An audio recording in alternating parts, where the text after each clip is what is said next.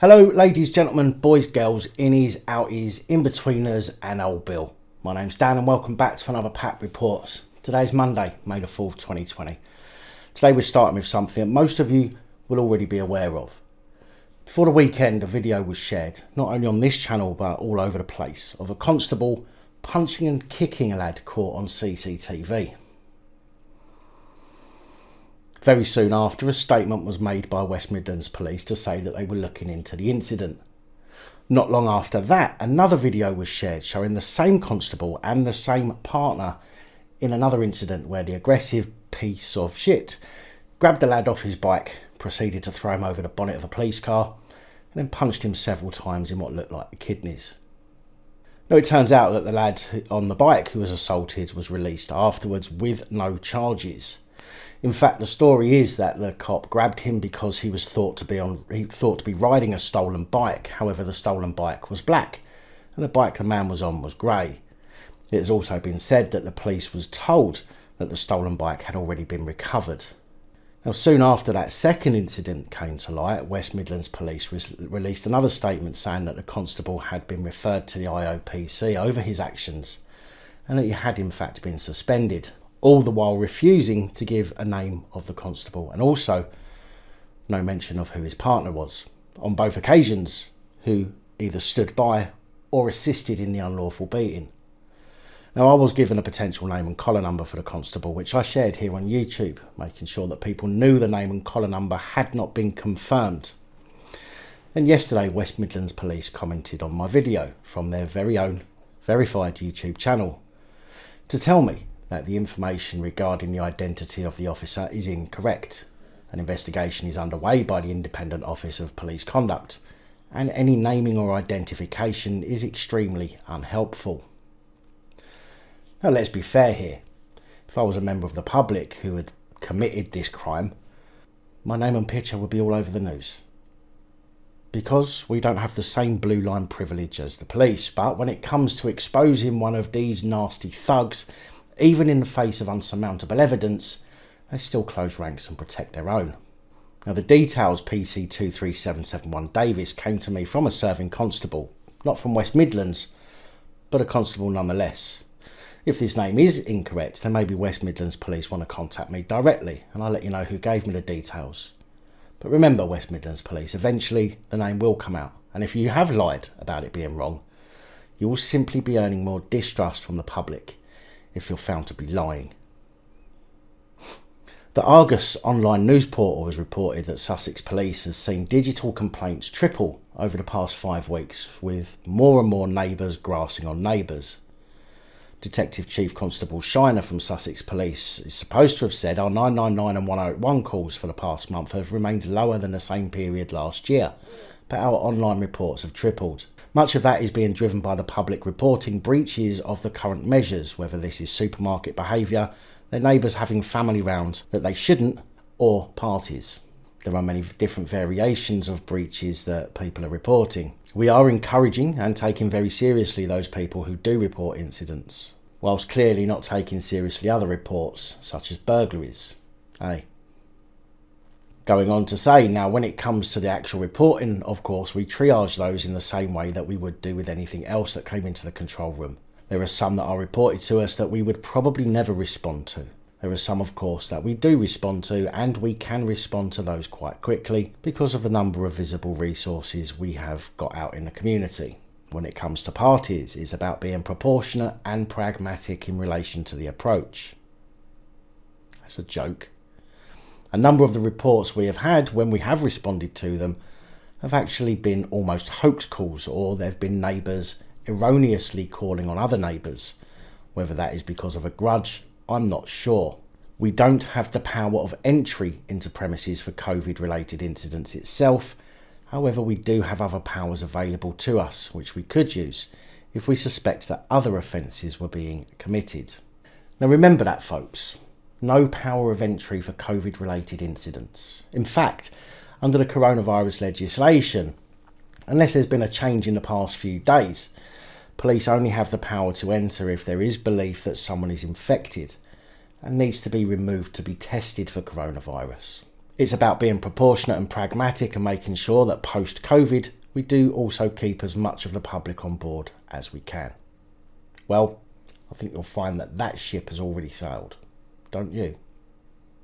Apparently, police at Brighton Police Station were left feeling distressed over the weekend after Frederick Tame entered Brighton Police Station and proceeded to remove his clothes and expose himself. I'm surprised they were distressed, to be honest. I mean, don't the police have to get used to seeing people naked when they do strip searches? Or is it only when they want to? Anyway, the police were so distressed that Tame was arrested and charged with outraging public decency and behaving in an indecent manner. The 29-year-old appeared at Brighton Magistrates Court where District Judge Amanda Kelly jailed him for 4 weeks with a £128 surcharge. Police were called to a 5G protest on Friday in North Devon, where it was said the campaigners were not complying with social distancing guidelines. The campaigners claim the 5G mobile phone technology is dangerous and has health implications. However, tensions rose when police arrived on scene due to concerns about the group gathering and not following social distancing guidelines. At least 8 police constables attended the scene and warned the protesters about keeping their distance from one another. At one point, a constable told the small crowd, "If you don't go away, I'm going to start issuing tickets for a £60 fine, and every time you get a ticket, that will go up." After several pleas with the group, who refused to move on, Constable said, "Is there anything else I can say to make you move away now?" One protester responded, "No," when the constable returned to his vehicle to collect the ticket book. At least one campaigner was seen in handcuffs being spoken to by police at the rear of a police van. Some of the protesters did disperse and continued their planned march to the police station while following the social distancing guidelines and staying 2 metres apart. They were greeted at the door of the police station by North and West Devon Police Superintendent Toby Davies, who asked them to place the letter on the floor so he could collect it at a safe distance. Now, when you think about the protest in London the other day as well, where the older gentleman was arrested and carried off, placed into the back of a waiting meat wagon, it seems there is something to learn about this. Protesting hasn't been banned. Protesting isn't against the Coronavirus Act, providing it's done properly. In fact, protesting whilst adhering to the 2 metre rule is going to cause more disruption than being all crowded together. Protests are not about getting arrested, it's about getting heard. And being arrested, or giving reason to be arrested, simply helps the police shut you down. If you're planning a protest or attending a protest, then as much as it may go against your beliefs, you can still go and carry them out simply by keeping space between you all, giving the police very little ammunition to be able to enforce anything on you. And this is one of the reasons why I say about social distancing, because unless you're considered to be infected, the only other action police can take against you is if you're in groups. And seeing as we are allowed to be 2 metres away from each other under the COVID regulations, groups of 3 or more people are classed as a group. So 100 people all standing 2 metres apart not only causes more disruption as it takes up more space, but also isn't breaking any COVID-related regulations. Just before the weekend, protesters of the lockdown in Ireland headed to the High Court over the unlawful nature of the lockdown restrictions. Well, now it seems we have someone here in England willing to take similar action, albeit for different reasons. 50-year-old multi-millionaire Simon Dolan says Boris Johnson should ease restrictions and allow the UK economy to return to normal after accusing the government of paralysing the country, wrecking the economy and causing long-term damage.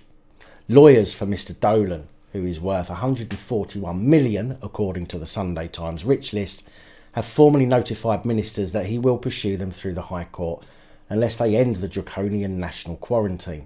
He added, "Every life lost is a tragedy, but we have seen other nations deal with the pandemic effectively without such draconian measures.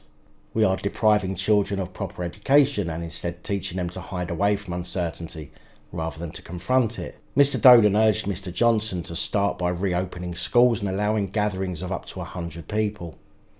His lawyers are challenging the government on 3 points: the legality of the lockdown under UK law, whether it breaches human rights laws, and if an exit strategy has been properly considered. And that's all well and good. However, multi-millionaire Dolan appears to have a crowdfunding page set up, which aims to raise $30,000 to go towards legal fees. Seems a little weird from someone worth £141 million. For me, although the human rights issue is listed, I don't think this is his main concern. I think that just bolsters his claim against the government, and in fact I believe he's more concerned about getting his businesses back up and running. It's a shame there isn't a multi-millionaire out there that wants to work with people whose goal genuinely are people's freedoms and people's rights, as there would be a hell of a lot more back in that action. Police and media are still trying to shame people and make people feel guilty and bad using specific terminology when reporting on coronavirus incidents. Liverpool Echo, for example, have published a story about a group of people from Merseyside who are said to have travelled to have a picnic at a Welsh beauty spot, describing them as being slammed by police and reported for breaching coronavirus rules. Breaching rules. Doesn't it make you feel like you're back at school with the brown-nosed head prefects trying to get some gold stars? In a post on Facebook, North Wales Police said, "We are trying to be proportionate with COVID regulations, so we have this week advised and moved some on to where they came from, but we couldn't ignore the two from Merseyside having a picnic on the green in Betws-y-Coed, North Wales." With the Liverpool Echo regurgitating that current lockdown rules mean that people can only leave their homes for very specific reasons, such as working if they cannot work from home, shopping for basic necessities like food and medicine, and exercising. Which is not entirely true, but seems to be being used to try and enforce the feel guilty mantra that seems to be playing out across all mainstream media outlets and police forces, when in fact you have nothing to feel guilty about. For example, the group of people, they've already said it was two, who were caught in North Wales. There's no statement from the people themselves which could give a perfectly plausible explanation as to why they were there. Maybe they came from the same household. Maybe they were out for a long walk. Maybe they were having a picnic which was their something to eat while out exercising. The government said the other week that people can stop to eat if they're out exercising. In fact, it really didn't need the government to tell us that. Nobody can stop us from taking a rest, from taking a break, whether it's to eat or not. But sheeple across the country are simply forgetting their own common sense for lockdown rules. Rules which infringe on many of the freedoms and rights millions of people have actually died for.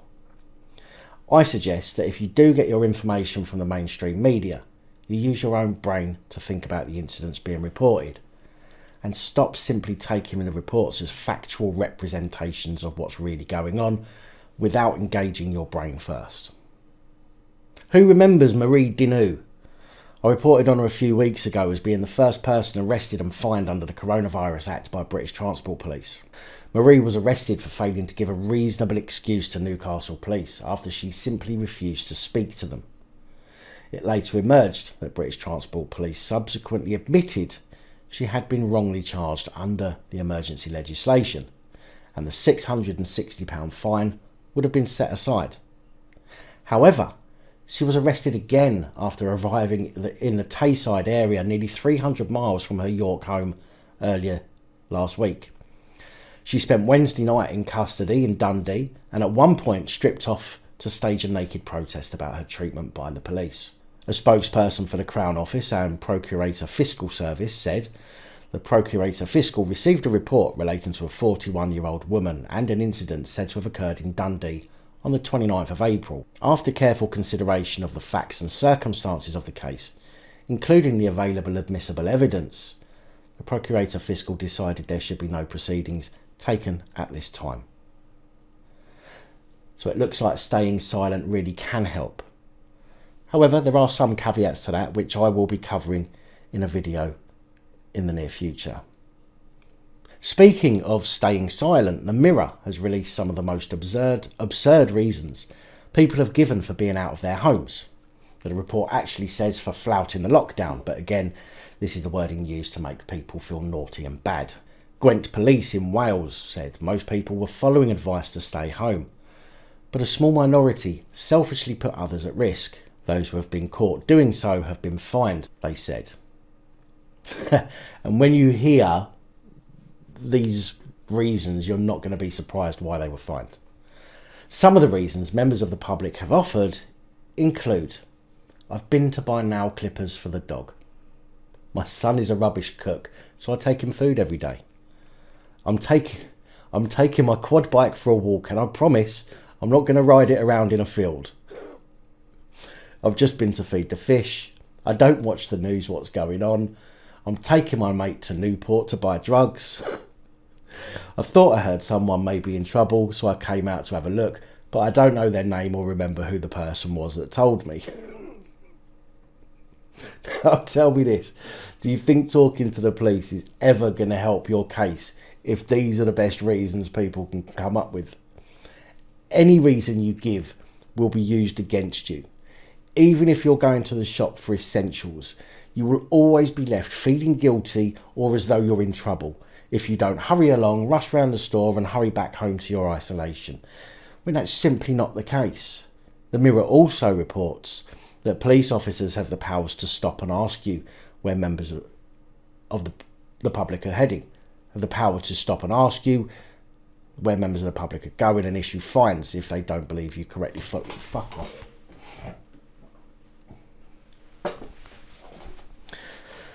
The Mirror also reports that police officers have the power to stop and ask you where you're heading and issue fines if they don't believe you're correctly following the new rules.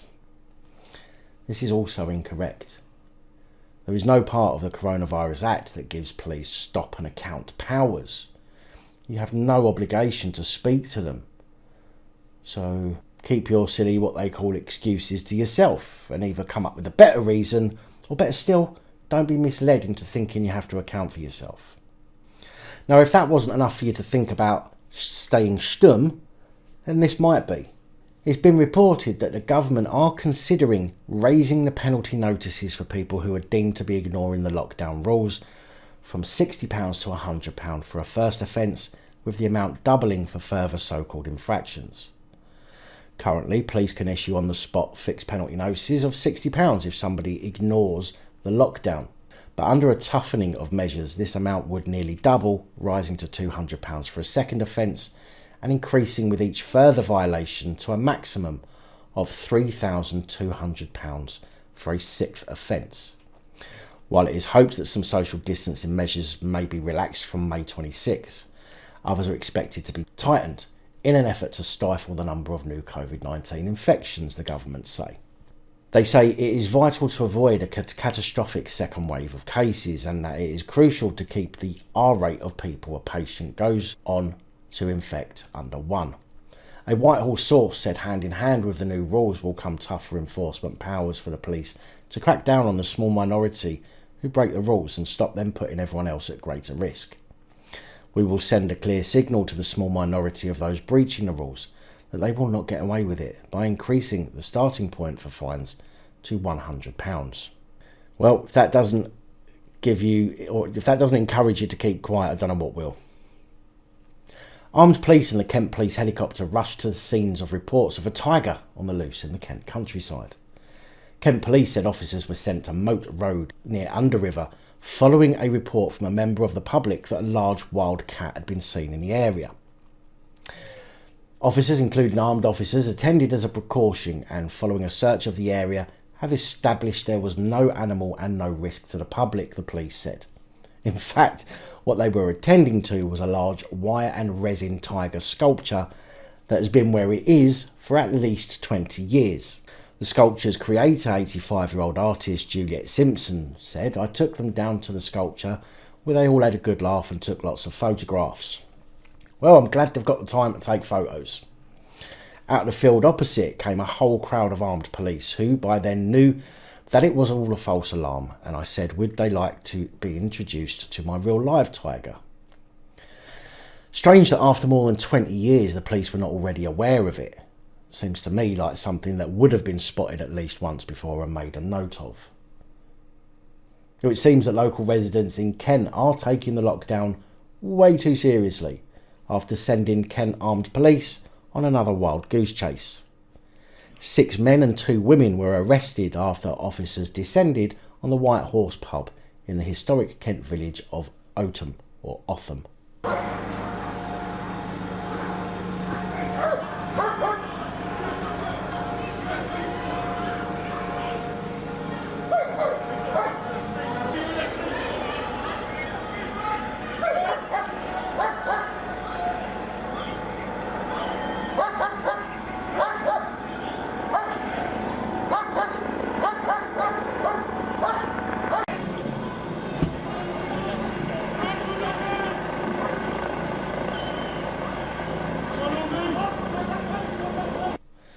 Police were called by witnesses who reported seeing a possible weapon just before midnight. Images and videos posted online then showed police with weapons in the village near Maidstone. One topless man was forced to kneel on the ground with his hands behind his back. And there is no other information on this incident, but I'm willing to bet the report was made anonymously and was the result of some media panicked local resident thinking they're going to perish at the hands of coronavirus from people locked inside a pub. Big thank you to the channel Patreon supporters. Your support is truly appreciated.